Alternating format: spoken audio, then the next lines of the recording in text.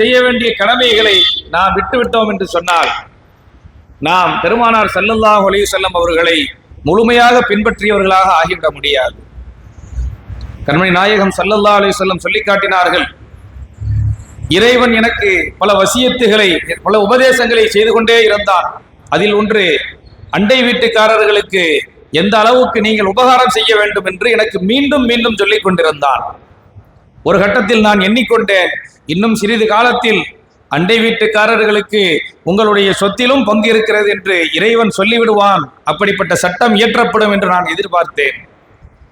அந்த அளவுக்கு அண்டை வீட்டுக்காரர்களை பற்றி இறைவன் எனக்கு சொல்லிக்கொண்டே இருந்தான் என்று பெருமானார் ஸல்லல்லாஹு அலைஹி வஸல்லம் ஒரு ஹதீஸிலே சொல்லி காட்டுகிறார்கள். ஒரு காலகட்டத்தில் நபிமார்களுடைய வழிகாட்டுதலுக்கு பிறகு, நபிமார்கள் காலம் நின்றதற்கு பிறகு அந்தந்த சமுதாயங்களை, அந்தந்த உம்மத்துகளை வழிநடத்தக்கூடிய பொறுப்புகள் அந்தந்த சமுதாயத்தை சார்ந்த உலமாக்களின் மீது இருந்தது. அந்த உலமாக்களுடைய காலத்திலும் சரி, அந்த உலமாக்கள் காலம் நின்றதற்கு பிறகும் சரி, யூதர்களும் சில மதத்தவர்களும் மக்களை தங்களுக்கு கீழாக மதிக்க ஆரம்பித்தார்கள். மக்களை தங்களுக்கு கீழாக, இரண்டாந்தர குடிமக்களாக, அதாவது மார்க்கத்தினுடைய அறிவு பெற்றவர்கள் நாங்கள் உயர்ந்தவர்கள், அதே போன்று மார்க்கத்தில் அறிவு பெறாதவர்கள் எல்லாம் எங்களை விட தாழ்ந்தவர்கள் என்று மக்களை இரண்டாக பிரித்து அவர்களை தாழ்ச்சியிட செய்தார்கள்.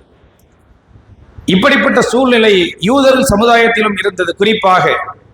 அதே போன்று இன்னும் சில மதங்களிலும் அது இருந்து கொண்டிருக்கிறது. ஆனால் கடவுளே வேண்டாம், கடவுள் இல்லை என்று சொல்லக்கூடிய நாத்திகர்கள் கூட இஸ்லாம் என்று சொல்லிவிட்டால் இஸ்லாத்தில் இருக்கக்கூடிய சமத்துவத்தை அவர்கள் அங்கீகரிக்கிறார்கள். இந்த சமத்துவத்தின் காரணத்தினால், இந்த சமூக நீதியின் காரணத்தினால் அவர்கள் இஸ்லாத்தை அங்கீகரிக்கிறார்கள். கடவுள் இல்லை என்று மறுத்து விட்டார்கள். இருந்தாலும் கூட உங்களுக்கு மதம் வேண்டும் என்றால் இஸ்லாத்திற்கு செல்லுங்கள் என்று சொல்லக்கூடிய சூழ்நிலையை நாம் பார்க்க முடிகிறது. இன்று வரை இறைவனுடைய வாக்குப்படி இதா ஜாஅ நஸ்ருல்லாஹி வல் ஃபத்ஹ் என்ற சூறாவிலே அல்லாஹ் சொல்லி காட்டுகின்றான், வரஐத அன்னாஸ யதுகுலூன ஃபீ தீனில்லாஹி அஃப்வாஜா. இறைவனுடைய உதவியும் வெற்றியும் உங்களுக்கு வந்துவிட்டால் மக்கள் கூட்டம் கூட்டமாக மார்க்கத்திலே சேர்வதை நீங்கள் பார்ப்பீர்கள் என்று பெருமானார் ஸல்லல்லாஹு அலைஹி வஸல்லம் அவர்களுக்கு அல்லாஹ் அன்று வாக்கு விடுத்தான். பெருமானார் ஸல்லல்லாஹு அலைஹி வஸல்லமுடைய காலம் தொட்டு இன்று வரை மக்கள் அன்றும் புதிதாக இஸ்லாத்திற்கு வந்தார்கள், கூட்டம் கூட்டமாக. இப்பொழுதும் வந்து கொண்டிருக்கிறார்கள். எங்கோ சில இடங்களில் இஸ்லாமியர்களுக்கு எதிராக, முஸ்லிம்களுக்கு எதிராக அநீதங்கள் இழைக்கப்பட்டாலும் கூட சில புத்தி உள்ளவர்கள், நடுநிலையாக சிந்திக்கக்கூடியவர்கள் இருக்கிறார்களே, அவர்கள் ஏன் இப்படி இஸ்லாத்தை இவர்கள் எல்லாம் கருமம் கொண்டு இருக்கிறார்கள், அவர்களை கருவறுக்க துடிப்பதற்கான காரணம் என்ன என்று சிந்தித்து பார்த்து இஸ்லாத்தில் இருக்கக்கூடிய மூல கொள்கைகளை உணர்ந்து இஸ்லாத்தின் பக்கம் சாரை சாரையாக இன்று வரை வந்து கொண்டுதான் இருக்கிறார்கள். இந்த இடத்தில் நாம் பேசிக் கொண்டிருக்கின்றோம். ஸல்லல்லாஹு அலைஹி வஸல்லம் இந்த பிறந்த இந்த நாளினுடைய பரக்கத்தினால் இறைவன் எத்தனை பேர்களை இஸ்லாத்திற்குள் இன்று மட்டும் கொண்டு வந்தான் என்று நமக்கு தெரியாது. அந்த அளவுக்கு மார்க்கத்திற்குள் வரக்கூடிய மக்களுடைய எண்ணிக்கை நாளுக்கு நாள் அதிகரித்துக் கொண்டுதான் இருக்கிறது. ஒரு ஆய்வு சொல்வதை நாம் பத்திரிகை வாயிலாக படிக்க முடிந்தது. இன்னும் சில ஆண்டுகளில் இஸ்லாம் என்பது உலகத்தில் அதிகமான மக்களால் பின்பற்றக்கூடிய முதலாவது மார்க்கமாக இருக்கும் என்று ஒரு ஆய்வு சொல்லுகின்றது. தற்போதைய நிலவரப்படி உலகத்தில் அதிகமான மக்கள் பின்பற்றக்கூடிய மதம் என்னவென்றால் கிறிஸ்தவ மதமாக இருந்து கொண்டிருக்கிறது. ஆனால் அவர்களிலும் சில பாகுபாடுகள் இருக்கின்றது என்ற காரணத்தினால் மேலை நாடுகளில் இருப்பவர்கள் அவருடைய மதத்தை துறந்துவிட்டு கடவுள் இல்லை என்ற கொள்கையின் பக்கம் சரிந்து விட்டார்கள். அப்படி கடவுள் இல்லை என்று நாத்திக கொள்கையின் பால் அவர்கள் சென்று விட்டாலும் அவருடைய உள்ளம் எதையோ தேடுகின்றது. நமக்கு மேல் ஒரு சக்தி இருக்கின்றது, அது என்ன சக்தி என்று அவர்கள் ஆராய்கின்ற பொழுது மேலை நாடுகளில் எத்தனையோ பேர்கள் கிறிஸ்தவத்தை விட்டுவிட்டு நாத்திக கொள்கையை தழுவிவிட்டு அதன் பிறகு இஸ்லாத்திற்குள் வந்தவர்கள் இருக்கிறார்கள். லண்டன் போன்ற மேலை நாடுகள், அறிவுஜீவிகள் வாழக்கூடிய நாடுகள் என்று சொல்லக்கூடிய நாகரிகத்தில் உச்சம் தொட்டவர்கள் கூட இன்று இஸ்லாத்தின் பக்கம் வரக்கூடிய சூழ்நிலையை நாம் பார்க்க முடிகிறது. அருமை நாயகம் ஸல்லல்லாஹு அலைஹி வஸல்லம் மக்காவில் வாழ்ந்த காலத்தில் மக்களாக இருந்தார்கள். எப்படி சக மனிதர்களோடு நடக்க வேண்டும் என்று தெரியாதவர்களாக இருந்தார்கள். பெருமானார் ஸல்லல்லாஹு அலைஹி வஸல்லம் அந்த புனித பூமியிலே பிறந்த பரக்கத்தினால் மக்கத்துல் முக்கர்ரமா என்று சங்கை செய்யப்பட்ட மக்காவாக மாறியது. அதே போன்றுதான் அல் மதீனத்துல் முனவ்வரா என்று நாம் இன்று சொல்லுகின்றோம். ஒரு காலத்தில் அதற்கு பெயர் வேறையாக இருந்தது. பெருமானார் ஸல்லல்லாஹு அலைஹி வஸல்லம் அந்த பெயரை உச்சரிப்பதையும் நமக்கு தடை செய்தார்கள். அந்த அளவுக்கு பெருமானார் ஸல்லல்லாஹு அலைஹி வஸல்லமுடைய புனித பாதம் பட்டதினால் அல் மதீனத்துல் முனவ்வரா, ஒளிமயமான மதீனா என்ற சிறப்பான பெயரை பெற்று இன்று வரை ஒளிமயமாக திகழ்கின்றது. ஸல்லல்லாஹு அலைஹி வஸல்லம் அவர்களோடு எந்த பொருளெல்லாம் நிஸ்பத் பெறுகிறதோ, ஸல்லல்லாஹு அலைஹி வஸல்லம் அவர்களுடைய நஅல் ஷரீஃபாக இருக்கலாம், பால் ஷரீஃபாக இருக்கலாம், அவர்களுடைய உடையாக இருக்கலாம், இப்படி எவைகள் எல்லாம் பெருமானாரோடு நிஸ்பத்து செய்யப்படுகிறதோ, தொடர்பு படுத்தப்படுகிறதோ, அவைகள் எல்லாம் நமக்கு புனிதம் என்பது நம்முடைய அகீதாவாக இருக்கிறது. அப்படிப்பட்ட பாக்கியமான பெருமானார் ஸல்லல்லாஹு அலைஹி வஸல்லம் இன்றைய தினத்தில் அவர்கள் பிறந்தார்கள். அதை நாம் கொண்டாடி கொண்டிருக்கின்றோம் என்றால் அது நமக்கு கிடைத்த மிகப்பெரிய பாக்கியம். தமிழில் ஒரு குறள் சொல்லப்படும், வெள்ளத்தனைய மலர் நீட்டம் மாந்தர்தம் உள்ளத்தனைய துயர்வு என்று சொல்லுவார்கள். அதே போன்றுதான் ஸல்லல்லாஹு அலைஹி வஸல்லமுடைய பிறப்பை கொண்டு சந்தோஷப்படக்கூடியவர்கள் அவர்களுடைய ஈமானுடைய அளவு. ஒரு மனிதனுடைய ஈமான் எந்த அளவுக்கு இருக்கிறது என்பதை இதை வைத்து நாம் கணக்கிட்டு விடலாம். எல்லாம் வல்ல அல்லாஹ் என்று சொல்லக்கூடிய அந்த வார்த்தை அதே போன்று பெருமானார் ஸல்லல்லாஹு அலைஹி வஸல்லமுடைய திருப்பெயரை உச்சரிக்கவில்லை என்றால் இந்த ஈமான் முழுமை பெறாது. லா இலாஹ இல்லல்லாஹ் என்று சொல்லுகின்றோம். அந்த வார்த்தையோடு சேர்த்து முஹம்மதுர் ரசூலுல்லாஹ் ஸல்லல்லாஹு அலைஹி வஸல்லம் இந்த இரண்டு வார்த்தைகளை சொல்லவில்லை என்றால் ஒரு மனிதனுடைய ஈமான் முழுமை பெறாது. அப்படித்தான் பெருமானார் ஸல்லல்லாஹு அலைஹி வஸல்லம் அவருடைய இந்த பிறப்பை குறித்து நாம் சந்தோஷமாக கொண்டாடி கொண்டிருக்கிறோம் என்றால் அது நம்முடைய ஈமான் எந்த அளவுக்கு இருக்கிறது என்பதை காட்டுகிறது. அல்லாஹ் திருமறையை சொல்லி காட்டுகின்றான், وَمَن يُعَظِّمْ شَعَائِرَ اللَّهِ فَإِنَّهَا مِن تَقْوَى الْقُلُوبِ. யார் இறைவனுடைய அத்தாட்சிகளை கண்ணியம் செய்கிறாரோ, இறைவனுடைய அத்தாட்சிகள் பல இருக்கிறது. அது பொருளாக இருக்கலாம், மனிதர்களாக இருக்கலாம். நபிமார்கள் இறைவனுடைய அத்தாட்சிகள். அதிலும் குறிப்பாக ஒமா அர்சல்னாக இல்லா ரஹ்மத்தல் லில் ஆலமீன் என்று சொல்லப்பட்ட எம்பெருமானார் ஸல்லல்லாஹு அலைஹி வஸல்லம் இறைவனுடைய மிகப்பெரிய அத்தாட்சி. அந்த ஷஆஇருல்லாஹ் என்று சொல்லக்கூடிய மிகப்பெரிய அத்தாட்சிகளில் எல்லாம் மிகப்பெரிய அத்தாட்சி ரசூலுல்லாஹி ஸல்லல்லாஹு அலைஹி வஸல்லம். அல் இமாம் பூஸிரி ரஹிமஹுல்லாஹ் சொல்லி காட்டுவார்கள், ஃபஇன்ன மின் ஜூதிக துன்யா வ தர்ரதஹா வ மின் உலூமிக இல்மல் லவ்ஹி வல் கலம். யா ரசூலல்லாஹ், உங்களுடைய கொடையில் இருந்து உதித்ததுதான் இந்த வான பூமி அண்ட சாசரங்களும், அதே போன்று இறைவனுடைய லௌஹ கலத்தில் இருக்கக்கூடிய இல்மு இருக்கிறது பாருங்கள், அது உங்களுடைய இல்மினுடைய ஒரு பகுதி என்பார்கள். பெருமானார் ஸல்லல்லாஹு அலைஹி வஸல்லம் அவர்களை கொண்டுதான் இந்த உலகம் உண்டானது என்பதை அல் இமாம் பூஸிரி ரஹிமஹுல்லாஹ் அவர்கள் சொல்லி காட்டுகிறார்கள். அதே போன்று உலகத்தில் எந்தெந்த ஞானங்கள் எல்லாம் இருக்கிறதோ எல்லா ஞானங்களும் பெருமானார் ஸல்லல்லாஹு அலைஹி வஸல்லமுடைய ஞானத்தில் ஒரு பகுதி என்பதையும் தெளிவாக சொல்லி காட்டுவார்கள் அல் இமாம் பூஸிரி ரஹிமஹுல்லாஹ் அவர்கள். கண்மணி நாயகம் ஸல்லல்லாஹு அலைஹி வஸல்லமுடைய இந்த பிறப்பை குறித்து முதலாக சந்தோஷப்பட்டவரை நாம் வரலாற்றிலே பார்க்க முடியும். அருமை நாயகம் ஸல்லல்லாஹு அலைஹி வஸல்லம் இந்த உலகத்தில் அவதரிக்கிறார்கள். அந்த சந்தோஷமான செய்தியை கேட்டுவிட்டு ஒரு அடிமையை உரிமையிட்டார் பெருமானார் ஸல்லல்லாஹு அலைஹி வஸல்லம் அவருடைய சிறிய தந்தை அபூ லஹப். குர்ஆனில் அவர் சபிக்கப்பட்டிருந்தாலும் அருமை நாயகம் ஸல்லல்லாஹு அலைஹி வஸல்லம் பிறப்பை குறித்து மகிழ்ச்சி அடைந்த ஒரு மனிதர். அதுவும் சாதாரண செயலை செய்யவில்லை. நாம் எல்லாம் பெருமானார் ஸல்லல்லாஹு அலைஹி வஸல்லம் இந்த மீலாது ஷரீஃபை கொண்டாடி கொண்டிருக்கின்றோம், அவர்களுடைய புகழ் பாடுகின்றோம், அவர்கள் மீது ஸலவாத் உரைக்கின்றோம், இப்படி எண்ணற்ற நல்லறங்கள் செய்கின்றோம், சில பேர்களுக்கு உணவு சமைத்து கொடுக்கின்றோம், குடிபானங்களை வழங்குகின்றோம். இவைகள் எல்லாம் மிகப்பெரிய உபகாரம். இதை நாம் ஏன் செய்கிறோம் என்றால் ஸல்லல்லாஹு அலைஹி வஸல்லம் அந்த நேரத்தில் பிறந்தார்கள், அவர்களுடைய பிறப்பை குறித்து நான் சந்தோஷமடைகிறேன் என்பதை காட்டுவதற்காக. ஆனால் அபூ லஹப் செய்தது மிகப்பெரிய ஒரு அமல் என்றுதான் சொல்ல வேண்டும். ஒரு அடிமையை உரிமையிடுவது என்பது நம்முடைய மார்க்கத்தை பொறுத்தவரை பல பாவங்களுக்கு, குற்றங்களுக்கு பரிகாரம். பல பாவங்களுக்கு பரிகாரமாக இறைவன் குர்ஆனிலும் சொல்லி காட்டுகின்றான். ஒரு அடிமையை உரிமையிடுதல். அந்த காலகட்டத்தில் ஒரு அடிமையை வாங்குவது என்றால், இன்றைய காலகட்ட நம்முடைய பண மதிப்புக்கு சொல்வதென்றால் பல லட்சங்கள் செலவழிக்க வேண்டும். பெருமானார் ஸல்லல்லாஹு அலைஹி வஸல்லம் பிறந்த அந்த செய்தியை காதில் கேட்டதுதான் மாத்திரம் தன்னுடைய அடிமையை உரிமையிட்டார் என்பதை வரலாறு பதிவு செய்கின்றது. பெருமானார் ஸல்லல்லாஹு அலைஹி வஸல்லம் அவர்களுக்கு பிற்காலத்தில் எதிரியாகவும் மாறிவிட்டார். ஆனாலும் அன்று செய்த அந்த நற்காரியத்தின் காரணத்தினால் நாளை மறுமையிலே அவருக்கு ஒவ்வொரு திங்கட்கிழமையும் அவருடைய விரல்கள் மூலமாக அவருக்கு தண்ணீர் புகட்டப்படுகிறது என்று சொன்னார்.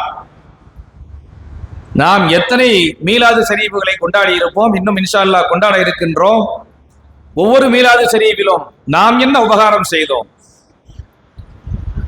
பெருமானார் ஸல்லல்லாஹு அலைஹி வஸல்லம் அவருடைய புகழை பாடுகின்றோம், ஸலவாத்துகளை ஓதுகின்றோம். இத்தோடு நின்று விடுவதல்ல. நம்மோடு இருக்கக்கூடியவர்களுக்கு நாம் என்ன உபகாரம் செய்தோம்? நம்மை சார்ந்தவர்களுக்கு நாம் என்ன உபகாரம் செய்தோம்? அபூ லஹப் செய்ததை விட நாம் செய்தது குறைவாகத்தானே இருக்கிறது. அபூ லஹப் ஒரு மனிதனுடைய அடிமை தலையை ஒழித்து விடுதலை கொடுக்கிறார் என்று சொன்னால், ஒரு மனிதனுடைய வாழ்க்கையில் அவனுடைய வசந்தத்தை ஏற்படுத்தி கொடுப்பது தானே. கண்மணி நாயகம் ஸல்லல்லாஹு அலைஹி வஸல்லம் அவர்களும் அடிமைகளை உரிமையிடுவதை மிகப்பெரிய நன்மையாக நமக்கு கற்றுத் தந்திருக்கிறார்கள். ஒரு மனிதன் பிறருக்கு அடிமையாக இருந்து அவன் கஷ்டப்படுவதற்கு பதிலாக அவன் சுதந்திரமானவனாக இருந்தால் எந்த அளவுக்கு அவனுக்கு பிரயோஜனமாக இருக்கும். எத்தனையோ அடிமையாக இருந்தவர்களும் கூட இஸ்லாத்தை ஏற்றுக்கொண்டார்கள் என்ற ஒரே காரணத்திற்காக துன்புறுத்தப்பட்டார்கள். அடிமையாக இருந்தவர்களும் துன்புறுத்தப்பட்டார்கள், சுதந்திரமாக இருந்தவர்களும் துன்புறுத்தப்பட்டார்கள். ஆனால் அடிமையாக இருப்பவர்கள் அவர்கள் விரும்பினால் எங்கு வேண்டுமானாலும் சென்று விடலாம். ஆனால் அடிமையாக இருக்கக்கூடியவர்கள் தன்னுடைய எஜமானனுடைய அனுமதி இல்லாமல் எங்கும் செல்ல முடியாது. எனவே ஒரு மனிதனுடைய வாழ்க்கையில் சுபிட்சத்தை ஏற்படுத்துவதை பெருமானார் ஸல்லல்லாஹு அலைஹி வஸல்லம் தன்னுடைய பிறப்பில் இருந்தே ஆரம்பித்தவர்கள். ஸல்லல்லாஹு அலைஹி வஸல்லம் பிறப்பினுடைய ஆரம்பமே ஒரு மனிதனுடைய வாழ்க்கையில் ஒளியேற்றுவதாக அமைந்தது. மற்ற மக்களுக்கு மத்தியிலே அவர்களையும் ஒரு மனிதனாக, ஒரு காலகட்டத்தில் பெண்களுக்கு சொத்துரிமை இல்லை என்று சொன்னார்கள். இன்னும் சில வரலாற்று ஆசிரியருடைய கூற்றுப்படி பெண்கள் ஒரு மனித இனமே இல்லை என்றும் கூட சொன்னார்களாம். ஆனால் பெருமானார் ஸல்லல்லாஹு அலைஹி வஸல்லம் அவர்கள் இந்த உலகத்திற்கு வந்ததற்கு பிறகு பெண் குழந்தைகளுடைய சிறப்புகளை பற்றி சொன்னார்கள். பெண் குழந்தைகள் என்றால் சாதாரணமானவர்கள் அல்ல. பெண் குழந்தை என்பது உங்களுக்கு அபிவிருத்தியாக்கப்பட்ட பரக்கத்தான பிள்ளை என்று பெருமானார் ஸல்லல்லாஹு அலைஹி வஸல்லம் இந்த உலகத்திற்கு உணர்த்தி காட்டினார்கள். அல்லாஹ் திருமறையில சொல்லி காட்டுவான், ஒய்தல் மௌஊதத்து சுஇலத் பிஅய்யி தம்பின் குத்திலத். நாளை மறுமையிலே உயிரோடு புதைக்கப்பட்ட பெண் சிசுகளிடத்தில் அல்லாஹ் கேட்பானாம், நீங்கள் என்ன குற்றத்திற்காக புதைக்கப்பட்டீர்கள்? அவர்கள் என்ன குற்றம் செய்தார்கள்? பெண்ணாக பிறந்ததுதான் பாவம். அப்படிப்பட்ட இருண்ட காலத்தில் வாழ்ந்தவர்களுக்கு மத்தியில் அருமை நாயகம் ஸல்லல்லாஹு அலைஹி வஸல்லம் ஒளிப்பிழம்பாக தோன்றினார்கள். இதை மறுக்க முடியாத உண்மை. அந்த மக்காவில் வாழ்ந்தவர்களுக்கு மத்தியிலே இருந்த பாகுபாடுகளை, சமூக ஏற்றத்தாழ்வுகளை நீக்கி அடிமைகளையும் ஒன்றாக அமர்ந்து சாப்பிடுவதற்கு வழிவகை செய்தார்கள். பிலால் ஹபஷி ரலியல்லாஹு அன்ஹு அவர்களை பற்றி நம்ம எல்லாருக்கும் தெரியும். சில முஅத்தின்களை கூட சில ஊர்களில் பிலால்கள் என்று அழைக்கக்கூடிய அளவுக்கு பாங்கு சொல்வதென்றால் பிலால் ஹபஷி ரலியல்லாஹு அன்ஹு அவர்கள் தான். அருமை நாயகம் ஸல்லல்லாஹு அலைஹி வஸல்லம் பாங்கு சொல்லக்கூடிய பொறுப்பை பிலால் ரலியல்லாஹு அன்ஹு அவர்களுக்கு கொடுத்தார்கள். இன்றைய காலகட்டத்தில் பார்த்தால் பாங்கு சொல்வது என்ன அவ்வளவு பெரிய சிறப்பா என்று கேட்கக்கூடிய அளவுக்கு மக்கள் இருக்கிறார்கள். ஆனால் பெருமானார் ஸல்லல்லாஹு அலைஹி வஸல்லம் பிலால் ஹபஷி ரலியல்லாஹு அன்ஹு அவர்களுக்கு கொடுத்த கண்ணியம் எப்படி தெரியுமா? யா பிலால், நீங்கள் கஅபாவிற்கு மேலாக ஏறுங்கள், மேலாக ஏறி நின்று நீங்கள் இறைவனுடைய அழைப்பை கொடுங்கள் என்று சொன்னார்கள். கஅபத்துல்லாஹ் என்பது குஃபார்களுக்கு மத்தியிலும் மிகவும் கண்ணியமான ஒன்று. கஅபாவை குஃபார்களும் மிகவும் கண்ணியத்தோடு மதித்து வந்தார்கள். அவர்கள் விக்கிரகங்களை வணங்கி வந்தாலும் கூட கஅபாவினுடைய கண்ணியம் என்பது அவர்களுக்கு மிகப்பெரிய கண்ணியம். ஆனால் மக்காவை வெற்றி கொண்டதற்கு பிறகு அருமை நாயகம் ஸல்லல்லாஹு அலைஹி வஸல்லம் சொன்ன வார்த்தை, நீங்கள் கஅபத்துல்லாஹ்விற்கு மேலாக ஏறி நின்று வாங்க சொல்லுங்கள் என்று கஅபாவிற்கு மேலாக ஏறக்கூடிய ஒரு அந்தஸ்தை அடிமையாக இருந்தவர்களுக்கு கொடுத்தார்கள் என்றால் அதுதான் சமத்துவம். பெருமானார் ஸல்லல்லாஹு அலைஹி வஸல்லம் அவர்களுடைய இந்த வரலாற்று நிகழ்வு என்பது இன்று வரை இல்லை, உலகம் முடியும் நாள் வரை எல்லாருக்கும் படிப்பினையான ஒன்று. பள்ளிவாசலுக்கு தலைவராக ஒரு மனிதர் இருப்பார், ஒரு ஹாஜியார் இருப்பாங்க. அதே நேரத்தில் அந்த பள்ளிவாசலுக்கு யாசிப்பதற்காக ஒரு மனிதர் வந்திருப்பார். பள்ளிவாசலுக்கு வெளியே நின்றால் இவர் ஹாஜியார் கொடுக்கக்கூடியவர், அவர் யாசகம் பெறக்கூடியவர் என்ற பாகுபாடு இருக்கலாம். ஆனால் பள்ளிவாசலுக்குள் வந்துவிட்டால் அந்த தலைவருக்கு அருகாமையில் நின்று இந்த யாசகம் பெறுபவர் நின்று தொழுவார். இந்த சமத்துவத்தை உண்டாக்கியது எம்பெருமானார் ஸல்லல்லாஹு அலைஹி வஸல்லம் அவர்கள். இந்த சமத்துவம் வேறெந்த மதத்திலும் வேறெந்த மார்க்கத்திலும் பார்க்க முடியாது.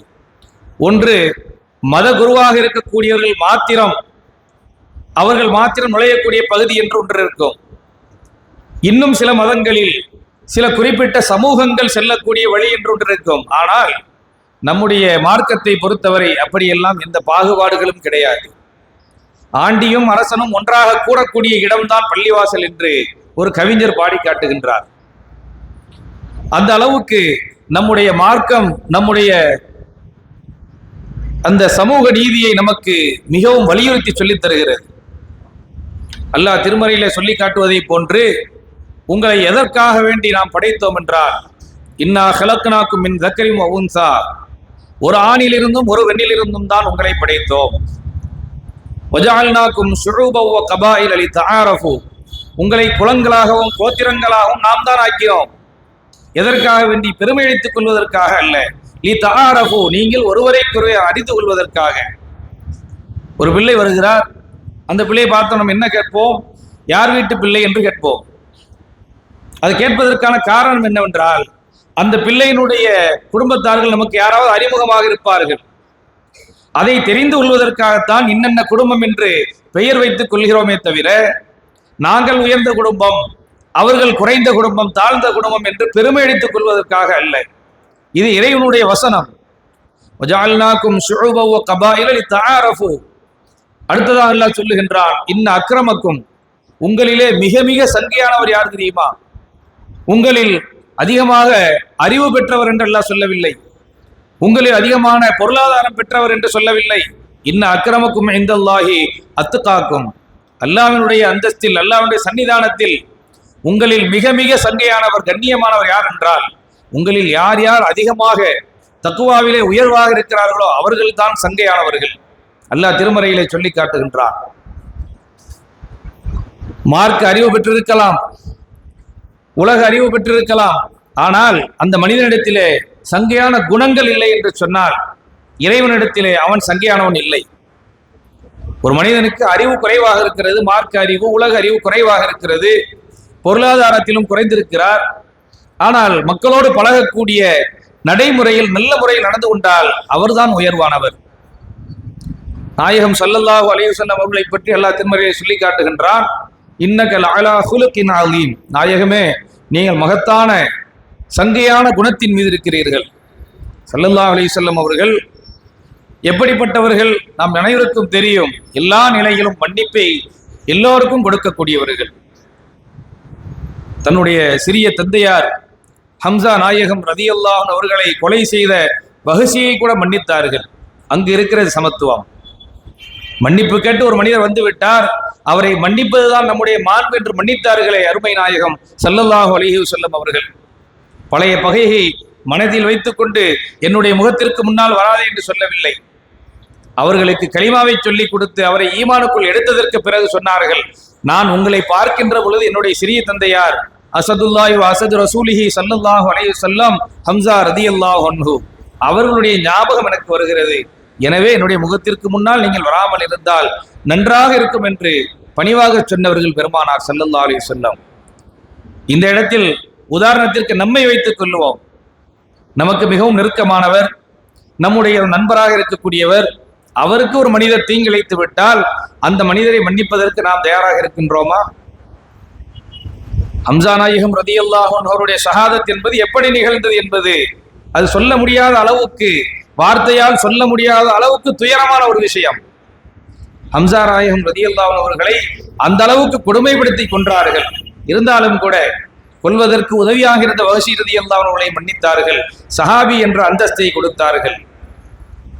ஹிந்த் அவர்களையும் மன்னித்தார்கள். அவர்களையும் சஹாபி என்ற பட்டியலில் வர வைத்தார்கள்.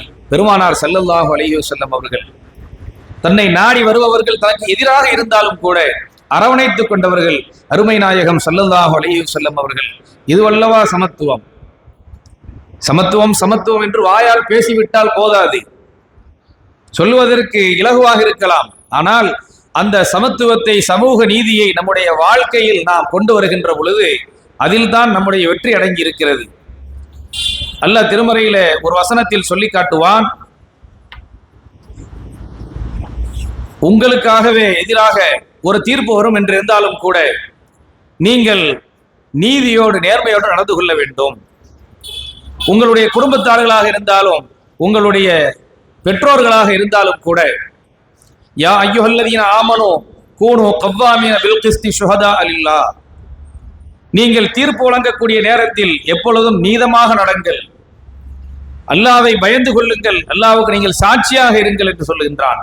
வலவ் அலா அன்ஃபுசிக்கும் அவில் வாலிதைனி வல் அக்ரபீன், அது உங்களுக்கு எதிராக இருந்தாலும் கூட, உங்களுடைய பெற்றோர்களுக்கு எதிராக இருந்தாலும் கூட, அல்லது உங்களுக்கு நெருக்கமான சொந்தக்காரர்கள், உங்களுடைய நண்பர்கள், உங்களுடைய சகோதரர்களாக இருந்தாலும் கூட அவர்களுக்கு பாதகம் ஏற்படும் என்பதற்காக தீர்ப்பை மாற்றி சொல்லாதீர்கள். நியாயம் எந்த பக்கம் இருக்கிறதோ அந்த பக்கம் பேசுங்கள் என்று திருமறையில எல்லாம் சொல்லி காட்டுகின்றான். இயக்குன் கனியன் அவ் ஃபகீரன் ஃபல்லாஹு அவுலா பிஹிமா, அவர்கள் வசதி படைத்த பொருளாதாரத்தில் உயர்ந்தவராக இருக்கலாம், ஃபகீரன் அல்லது மிகவும் வறியவர்களாக இருந்தாலும் கூட அவ்விருவரைகளையும் விட இறைவன் உயர்வானவன். எனவே நீங்கள் ஏழை பணக்காரன் விருப்பு வெறுப்பு என்ற இரண்டையும் தூக்கி வைத்து விட்டு இறைவனுக்காக தீர்ப்பு சொல்லுங்கள். உங்களுக்கு பாதகம் ஏற்படும் இருந்திருந்தாலும் கூட உண்மையை பேசுங்கள் என்று இறைவன் திருமறையில சொல்லி காட்டுகின்றான். அதே போன்று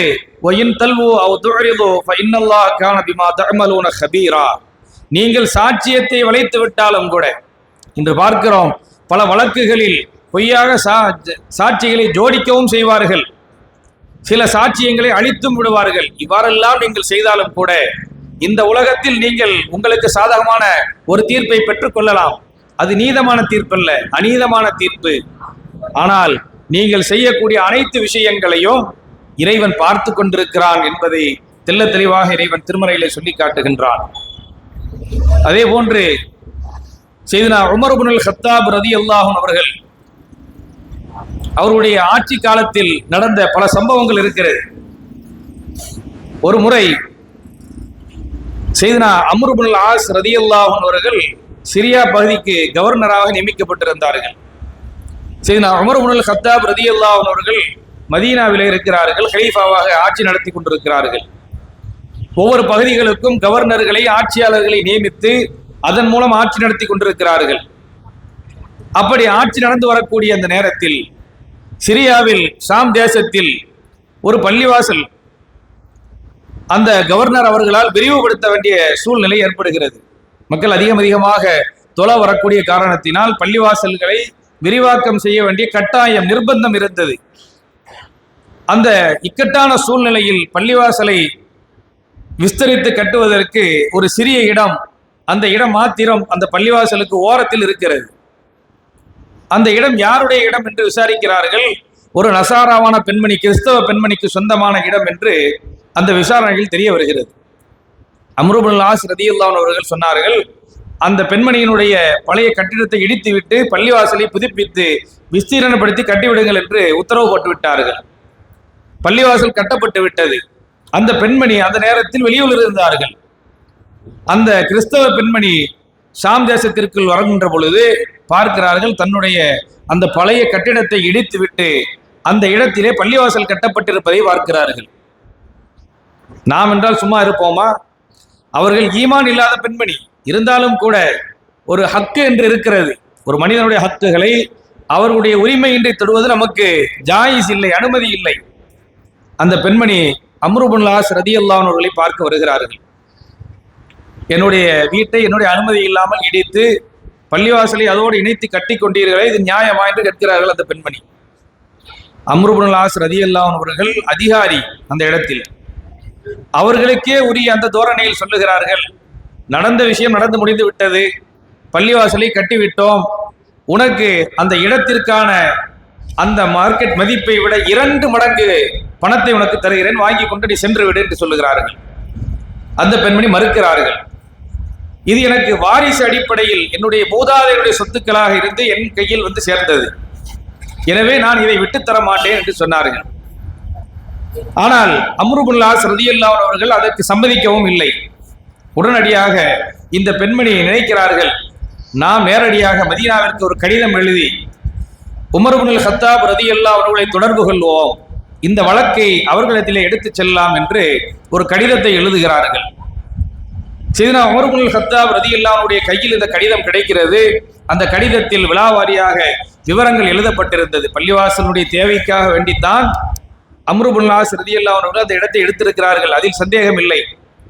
அவருடைய குடியிருப்பை அந்த இடத்தில் கட்டிக்கொள்ளவில்லை, இறைவனுடைய ஆலயத்தை தான் கட்டியிருக்கிறார்கள். இருந்தாலும் கூட அது ஒரு மனிதனுடைய ஹக்காக இருக்கும் நிலையில் அவருடைய அனுமதி இல்லாமல் எடுத்திருக்கிறார்கள் என்பதை உணர்ந்து கொண்ட சையதுனா உமர் இப்னுல் கத்தாப் ரலியல்லாஹு அவர்கள் உடனடியாக அடுத்த கடிதத்தை உத்தரவாக எழுதி அனுப்பினார்கள் அம்ரு பின் ஆஸ் ரலியல்லாஹு அவர்களுக்கு. பள்ளிவாசலுடைய அந்த பகுதியை இடியுங்கள், அந்த பகுதியை இடித்து அந்த பெண்மணியினுடைய நிலத்தை அவருடைய ஹக்கை அவர்களுக்கு கொடுத்து விடுங்கள் என்று சொன்னார்கள். உலகத்தில் எத்தனையோ பொது உடைமைவாதிகளை பற்றி வரலாறு பேசுகின்றது. ஆனால் சையதுனா உமர் இப்னுல் கத்தாப் ரலியல்லாஹு அன்ஹுடைய இந்த பொது உடைமையை பற்றி யாராவது பேசியிருக்கிறார்களா? இருட்டடிப்பு செய்யப்பட்டிருக்கிறது. ஆனால் நாம் ஏற்கனவே சொன்னதை போன்று நடுநிலையாக சிந்திக்கக்கூடிய எத்தனையோ பேர்கள் இந்த வரலாறுகளையும் ஆய்வு செய்கிறார்கள். உமர் இப்னுல் கத்தாப் ரலியல்லாஹு அன்ஹு அவர்கள் இஸ்லாத்தை தழுவுவதற்கு முன்பும் கூட அவருடைய வாழ்க்கையில் யாருக்கும் அநீதம் இழைத்ததில்லை. அப்படியெல்லாம் அவர்கள் நீதமாக நேர்மையாக நடந்த காரணத்தினால்தான் ஒரு முறை பெருமானார் ஸல்லல்லாஹு அலைஹி வஸல்லம் சொல்லி காட்டினார்கள், இவர்கள் இஸ்லாத்திற்குள் வருவதற்கு தகுதியானவர்கள் என்று சிலேடையாக சொன்னார்கள்.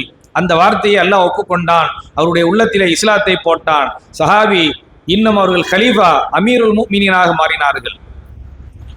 சமத்துவத்தை உலகத்திற்கு ஓங்கி சொன்னவர்கள் உமர் இப்னுல் கத்தாப் ரலியல்லாஹு அன்ஹு அவர்கள். சஹாபாக்களுடைய அந்த காலத்தில் உமர் இப்னுல் கத்தாப் ரலியல்லாஹு அன்ஹு அவர்கள் ஒரு வழக்கு அவர்களிடத்திலே கொண்டு வரப்படுகிறது. அந்த வழக்கிற்கு இவர்கள் நான் சாட்சி என்று சொல்லுகிறார்கள். அந்த வழக்கிற்கு 4 சாட்சிகள் வேண்டும். ஆனால் உமர் இப்னுல் கத்தாப் ரலியல்லாஹு அன்ஹு அவர்கள் சொன்னார்களாம், நான் தானே பார்த்தேன், அதற்கு நானே சாட்சி என்று சொன்ன பொழுது மதீனாவுடைய காதி சொன்னார்களாம், இட்டு கட்டியவர்களுக்கு 80 கசையடி கொடுக்க வேண்டும், நீங்கள் இன்னும் 3 சாட்சிகளை கொண்டு வரவில்லை என்றால் நீங்கள் இட்டு கட்டி விட்டீர்கள் என்ற குற்றத்திற்காக உங்களை நாங்கள் 80 கசையடி கொடுக்க வேண்டிய நிர்பந்தத்திற்கு ஆளாக்கப்படுவோம். எனவே ஒன்று உங்களுடைய இந்த வழக்கை வாபஸ் பெற்று விடுங்கள் என்று சொன்னார்கள். உமர் இப்னுல் கத்தாப் ரலியல்லாஹு அன்ஹு அவர்கள் கோபப்பட்டார்களா? இல்லை. என்னுடைய ஆட்சி இந்த அளவுக்கு நீதமாக இருக்கிறது, அது மாத்திரமல்ல எனக்கு கீழ் இருக்கக்கூடிய காலியாக இருப்பவர், அந்த மதீனாவினுடைய காலியாக நீதிபதியாக இருக்கக்கூடியவர் கூட இந்த அளவுக்கு நீதியாக என்னிடத்திலேயே சாட்சியத்தை கேட்கிறார்கள் என்றால் நான் இறைவனுக்கு நன்றி சொல்லுகின்றேன், என்னுடைய ஆட்சி நீதமாக இருக்கிறது என்பதை நான் உணர்ந்து கொண்டேன் என்று சொன்னவர்கள் சையதுனா உமர் இப்னுல் கத்தாப் ரலியல்லாஹு தஆலா அன்ஹு அவர்கள். அவருடைய வரலாற்றை பற்றி இன்னும் சில ரிவாயத்துகளில் சொல்லப்பட்டிருக்கிறது. சையதுனா உமர் இப்னுல் கத்தாப் ரலியல்லாஹு அன்ஹு அவர்கள் வீட்டிற்குள் வருவார்கள். அப்படி வருகின்ற பொழுது தன்னுடைய ஒரு பிள்ளைக்கு ஆர்வத்தினால் ஆசையினால் ஒரு முத்தம் கொடுப்பார்கள், குழந்தையை கொஞ்சம் முத்தமிடுவார்கள். உடனடியாக அவர்களுக்கு உள்ளத்தில் தோன்றும், நாம் எல்லோரிடத்திலும் சமமாக நடந்து கொள்ள வேண்டுமே என்று அவர்கள் வீட்டில் எந்தெந்த பிள்ளைகள் எல்லாம் இருக்கிறார்களோ அவர்கள் பெற்ற அத்தனை பிள்ளைகளையும் அழைத்து அவர்களுக்கும் ஒவ்வொரு முத்தம் கொடுப்பார்கள் என்று அவருடைய வரலாற்றிலே பதியப்பட்டிருக்கிறது. இன்று நாம் பார்க்கிறோம், பல குடும்பங்களாக இருக்கலாம், நிர்வாகங்களாக இருக்கலாம், இப்படி சில இடங்களில் நீதம் தவறக்கூடிய சூழ்நிலை வந்தால் அதுவே அந்த மனிதர்கள் கொள்கை குழப்பங்களில் சிக்கிக் கொள்வதற்கு ஒரு வாய்ப்பாக அமைகிறது. எத்தனையோ குடும்பங்களுடைய விவகாரங்களை நாம் கேள்விப்படுகின்றோம். எங்களுடைய பெற்றோர்கள் மூத்த சகோதர சகோதரிகளுக்கு கொடுத்தார்கள், ஆனால் எனக்கு எதுவும் கொடுக்கவில்லை என்று பிள்ளைகள் தங்களுடைய பெற்றோர்களுக்கு எதிராக வழக்காடக்கூடிய அந்த விவகாரங்களை நாம் காண முடிகின்றது. இவர்களுக்கெல்லாம் சையதுனா உமர் இப்னுல் கத்தாப் ரலியல்லாஹு அன்ஹுடைய இந்த சம்பவம் மிகப்பெரிய படிப்பினை. உமர் இப்னுல் கத்தாப் ரலியல்லாஹு அன்ஹு அவர்கள் குழந்தையை முத்தமிடுவதை கூட சமமாக செய்ய வேண்டும் என்று நினைத்தார்கள். தன்னுடைய குடும்ப ஆட்சியிலும் சரி, நாட்டினுடைய ஆட்சியிலும் சரி, நீதத்தை நிலைநாட்ட வேண்டும், சமத்துவத்தை பேண வேண்டும், எல்லாருக்கும் சமநீதி கொடுக்க வேண்டும் என்று விரும்பியவர்கள் செய்தனா உமர் இப்னுல் கத்தாப் ரலியல்லாஹு அன்ஹு அவர்கள். சில நிர்வாகங்களிலும் சரி, சில குடும்பங்களிலும் சரி, இது போன்ற ஏற்றத்தாழ்வுகள் பார்க்கப்படுகின்ற பொழுது அது ஒருவருடைய மனதிலே ஒரு வெறுப்புணர்வை உண்டாக்கி அதன் காரணத்தினாலே அவர்கள் வழித வருவதற்கு காரணமாக அமைந்திருக்கிறது. சில பிள்ளைகள் தன்னுடைய குடும்பத்தார்களுக்கு, தன்னுடைய சகோதரர்களுக்கு மாற்றமாக இருக்க வேண்டும் என்ற காரணத்தினால் வம்படியாக சில கொள்கை குழப்பங்களிலே வீழ்ந்து கிடக்கிறார்கள். நாம் மறுக்க முடியாது. இந்த வெறுப்புணர்வுகள் வராமல் இருக்க சமத்துவம், சமநீதி என்பது எல்லாருக்கும் மத்தியிலே பேணப்பட வேண்டும். குடும்பம் தானே என்று விட்டுவிடக்கூடாது. ஒரு பிள்ளைக்கு நமது ஊரை பொறுத்தவரை சில நம்முடைய சகோதரர்கள் சொல்லக்கூடிய வார்த்தை, பெண் பிள்ளைகளுக்கு வீட்டை கட்டி கொடுத்து விடுகிறார்கள், அவர்களுக்கு தேவையான ஆபரணங்களை கொடுத்து விடுகிறார்கள், ஆனால் ஆண் பிள்ளையாகிய நமக்கு எதுவும் தருவதில்லை என்று. அப்படி இருக்கக்கூடிய சூழ்நிலையில் பெற்றோர்களுடைய சூழ்நிலையை பிள்ளைகள் புரிந்து கொண்டால் பரவாயில்லை. ஆனால் பெற்றோர்கள் பொருளாதாரத்தில் உயர்ந்தவர்களாக இருந்தால் அந்த ஆண் பிள்ளைகளுக்கு சேர வேண்டிய ஹக்கையும் கொடுக்க வேண்டும் என்பதை இந்த இடத்தில் நான் சொல்லிக்கொள்ள விரும்புகின்றேன். ஏனென்றால் இப்படிப்பட்ட ஏற்றத்தாழ்வுகள், அநீதங்களின் காரணத்தினால் எத்தனையோ பேர்கள் இப்படி கொள்கை குழப்பங்களில் வீழ்ந்து கிடக்கிறார்கள் என்பதை நாம் அறிய முடிகின்றது. இப்படி சஹாபா பெருமக்கள் அவர்களுடைய வாழ்க்கையில் எத்தனையோ சம்பவங்களை நாம் சொல்ல முடியும். எனவேதான் நீதியாக நடப்பது மட்டுமே ஒற்றுமைக்கு ஒரே வழி என்பதை நாம் புரிந்து கொள்ள வேண்டும். அதே போன்று சிலர் என்ன செய்கிறார்கள், குற்றத்தை செய்து விடுகிறார்கள், அநீதம் இழைத்து விடுகிறார்கள். அநீதத்தை இழைத்துவிட்டு அதற்கான பரிகாரத்தை தேட வேண்டும். மனிதன் என்ற ரீதியில் ஏதாவது பொருளாதார ரீதியில் தவறு இழைத்து விட்டாலும் கூட அதற்கு பரிகாரம் என்ன? யார் யாருக்கு என்ன ஹக்குகள் கொடுக்க வேண்டி இருக்கிறதோ அந்த ஹக்கை திருப்பி செலுத்த வேண்டும். ஆனால் அந்த ஹக்குகளை திருப்பி செலுத்தாமல் 10 பேர்களோடு வந்து என்னுடைய சகோதரன் என்னோடு சண்டையிடுகின்றான், என்னோடு அவன் ஒட்டி வாழ்வதில்லை என்று அவரை பற்றி மாத்திரம் புகார்களை கொடுக்கின்றார்கள். வரக்கூடியவர்களும் யார் வசதி படைத்தவர்களாக இருக்கிறார்களோ அல்லது வாத திறமையில் கூடியிருக்கிறார்களோ அவருடைய பேச்சை மாத்திரம் கேட்கிறார்கள். செய்தனா தாவூத் அலைஹிஸ்ஸலாமுடைய சம்பவம் இந்த இடத்தில் நமக்கு ஞாபகம் வருகின்றது. 2 மலக்குகள் இறைவன் அவர்களை மனித ரூபத்தில் அனுப்புகின்றான். செய்தனா தாவூத் அலைஹிஸ்ஸலாமுடைய வந்து அவர்கள் சொல்லுகிறார்கள், நாங்கள் இருவர்களும் சகோதரர்கள், என்னிடத்திலே ஒரே ஒரு ஆடு இருக்கிறது, அவரிடத்திலே 99 ஆடுகள் இருக்கிறது. அவர் 99 ஆடையும் சேர்த்து அந்த ஒரே ஒரு ஆட்டையும் அவருடைய பண்ணையில் சேர்த்து கொள்ள என்னை நிர்பந்திக்கின்றார், நான் என்னை அநீதம் இழைக்கிறார் என்று சொன்ன பொழுது கேட்பவர்களுக்கு இது என்னவோ அநீதமாக தோன்றினாலும் கூட வாதி என்று ஒருவர் வந்தால் பிரதிவாதியினுடைய வாதத்தையும் நாம் கேட்பதுதான் ஒரு நீதமான மனிதருக்கு அழகாக இருக்க முடியும். செய்தனா தாவூத் அலைஹிஸ்ஸலாம் அவர்கள் அந்த மனிதர்களுடைய பேச்சை முழுமையாக கேட்காமல் அவர்களுக்கு தீர்ப்பு செய்தார்கள். அதற்கு பிறகு செய்தனா சுலைமான் அலைஹிஸ்ஸலாம் அவர்கள், அவருடைய அருமை மகனார் சுலைமான் அலைஹிஸ்ஸலாம் அவர்கள் அந்த தீர்ப்பை சரியாக செய்தார்கள் என்று வரலாற்றிலே பதியப்பட்டிருக்கிறது. எனவேதான் ஒரு மனிதர் நம்மிடத்திலே ஒரு புகாரை கொண்டு வருகிறார் என்று சொன்னால், ஒரு வழக்கை கொண்டு வருகிறார் என்று சொன்னால், தீர்ப்பு சொல்லக்கூடிய இடத்தில் இருப்பவர்கள் 2 பேர்களையும் ஒன்றாக வைத்து வாதி பிரதிவாதி என்று இருவருடைய பேச்சையும் கேட்டுவிட்டு தீர்ப்பு சொல்ல வேண்டும். அதிலேயும் நீதமான முறையில் தீர்ப்பு சொல்ல வேண்டும். அநீதம் இழைத்திருப்பவன் நமக்கு சாதகமானவன், நமக்கு அவனை வைத்து பல பிரயோஜனங்கள் இருக்கிறது என்றாலும் கூட நீதம் யார் பக்கம் இருக்கிறது என்பதை பார்க்க வேண்டுமே தவிர நமக்கு இவன் உதவுவான், நமக்கு இவனை கொண்டு ஆதாயம் இருக்கிறது என்பதை எண்ணினால் நாளை மறுமையில் அல்லாஹ் பாதுகாக்க வேண்டும், இறைவனுடைய தண்டனை மிகவும் கடினமாக இருக்கும்.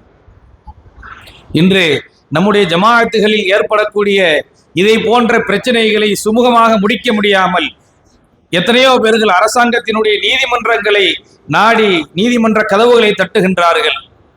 அந்த வழக்குகள் இப்பொழுதுதான் முடியும். அவருடைய பொருளாதாரம் விரயமாகின்றது, காலை விரயமாகின்றது. சுமூகமான முறையில் நமக்கு மத்தியிலே அழகான முறையில் முடித்துக் கொள்ளக்கூடிய விஷயங்களை அவர்களுக்கு, அரசாங்கத்தில் இருக்கக்கூடியவர்களுக்கு தங்களுடைய பொருளாதாரத்தையும் காலத்தை மறுவிடத்திலே விரயமாக்கி கொண்டிருக்கிறார்கள். இது எந்த அளவுக்கு நமக்கு மோசமான ஒன்று என்பதை நாம் விளங்கிக் கொள்ள வேண்டும். ஒரு காலகட்டம் இருந்தது, முஸ்லிம்கள் என்றால் சண்டையிட மாட்டார்கள், அவர்கள் ஹராமான தடுக்கப்பட்ட விஷயங்களை செய்ய மாட்டார்கள், ஒருவருடைய பொருளை அபகரிக்க மாட்டார்கள், பிறருக்கு அநீதம் இழைக்க மாட்டார்கள் என்றெல்லாம் ஒரு நல்ல பெயர் இருந்தது. நம்ம ஊரில் ஒரு ஜவுளி கடை நடத்தி வந்த ஒரு பெரிய மனிதர், மாற்று மதத்தை சார்ந்தவர், அவரிடத்திலே நமதூர் மக்களை பற்றி யாரோ புகார் சொல்லியிருக்கிறார்கள், நமதூர் மக்களை பற்றி அவதூறாக பேசியிருக்கிறார்கள். அந்த மனிதர் சொல்லியிருக்கிறார், உண்மையிலேயே இந்த ஊரை பூர்வீகமாக கொண்டவர்கள் யாரும் அப்படி நடக்க மாட்டார்கள். நான் என்னுடைய தந்தையினுடைய காலத்திலிருந்து இவர்களை பார்த்து வருகிறேன். எந்த அளவுக்கு என்றால், அவர்கள் எந்த சூழ்நிலை வந்தாலும் அவருடைய கீழாடையை அவருடைய முட்டுக்காலுக்கு மேலாக உயர்த்த மாட்டார்கள். இந்த அளவுக்கு கண்ணியமானவர்கள் என்று மாற்று மதத்தவர்கள் நம்மை புரிந்து வைத்திருந்தார்கள். அப்படிப்பட்ட காலம் மாறி இன்று நம்முடைய வழக்குகளும் நம்முடைய விவகாரங்களும் இப்படி அரசாங்கத்தினுடைய பல அநீதமானவர்களிடத்திலே செல்லக்கூடிய நிலையை நாம் பார்க்க முடிகின்றது. அப்படிப்பட்ட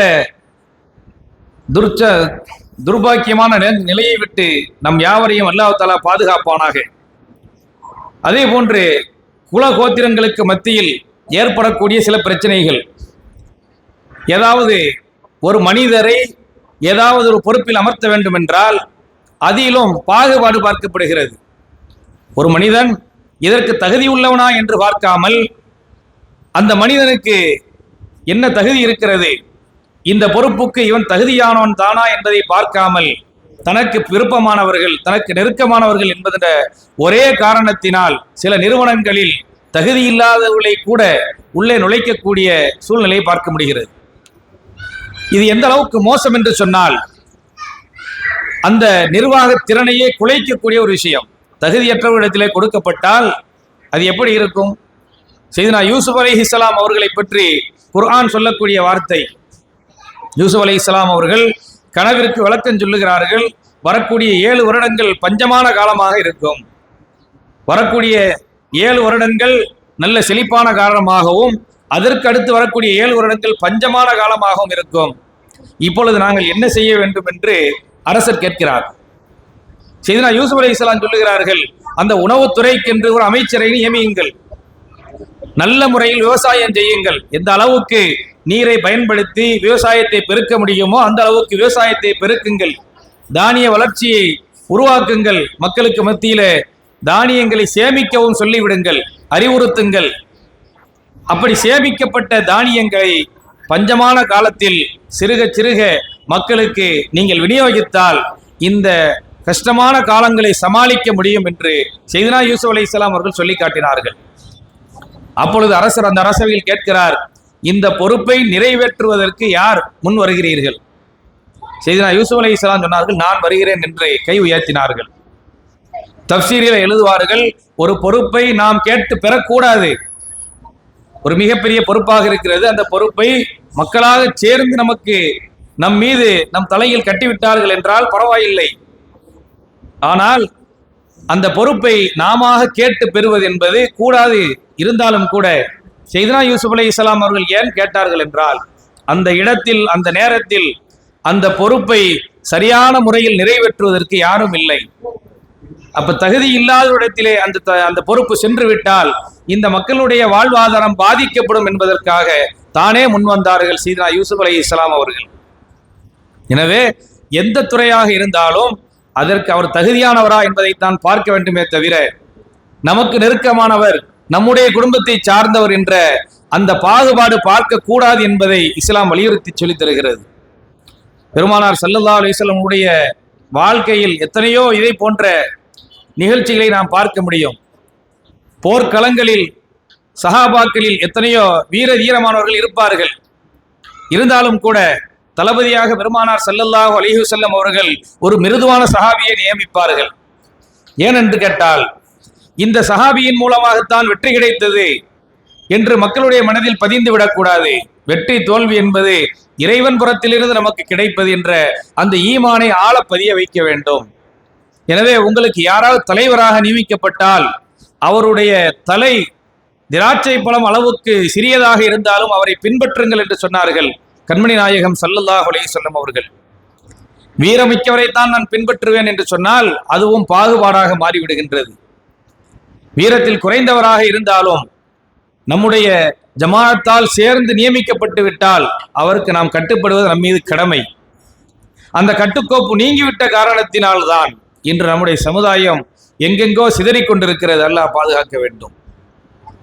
கண்மணி நாயகம் ஸல்லல்லாஹு அலைஹி வஸல்லம் அவருடைய இந்த மீலாது ஷரீஃபை நாம் கொண்டாடி கொண்டிருக்கிறோம் என்று சொன்னால் அவருடைய மௌலிது ஷரீஃபில் வரக்கூடிய ஒரு அழகான வார்த்தை தாபத்தில் குலூப், உள்ளங்கள் எல்லாம் மனம் பெற்று விட்டது, சந்தோஷம் அடைந்து விட்டது என்று சொல்லுகிறோம். அந்த நேரத்தில் நம்மை சுற்றி எத்தனை பேர்கள் மனம் புழுங்கி கொண்டிருக்கிறார்கள். அவருடைய நோயின் காரணத்தினாலோ பொருளாதார குறைவின் காரணத்தினாலோ பிள்ளைகளை நல்ல முறையில் படிக்க வைக்க முடியாத காரணத்தினாலோ புழுங்கி கொண்டிருக்கிறார்கள். அப்படி இருந்தால் இந்த உள்ளங்கள் எல்லாம் எப்படி மனம் பெறும், சந்தோஷம் பெறும் என்பதை நாம் சிந்தித்து பார்க்க வேண்டும். நாம் ஏற்கனவே சொன்னதை போன்று அபூலஹப் செய்ததை விட நாம் இந்த மீலாது ஷரீஃபுக்கு குறைவாகவே செய்திருக்கிறோம் என்பதை மறுக்க முடியாது. அபூலஹப் செய்த அந்த மிகப்பெரிய அமல், ஒரு அடிமையை உரிமையிட்ட அந்த மிகப்பெரிய கூலி இருக்கிறது, அந்த கூலியினுடைய அளவுக்கு இல்லை அதைவிட குறைவாகவாவது நமக்கு நம்மோடு சேர்ந்திருக்கக்கூடியவருடைய அவர்களுக்கு தேவையானவைகளை அவருடைய குறைகளை நிவர்த்தி செய்யக்கூடிய தன்மையை வளர்த்து கொள்ள வேண்டும். ஸல்லல்லாஹு அலைஹி வஸல்லமுடைய பிறப்பில் நாம் சந்தோஷம் அடைகிறோம் என்று சொன்னால் நாம் இந்த நல்ல ஒரு அமலை, பிறருக்கு உபகாரம் செய்யக்கூடிய ஒரு அமலை நாம் முதலில் பழகி கொள்ள வேண்டும். ஏற்றத்தாழ்வுகளை நீக்குவதற்கு இதுவும் ஒரு வழி.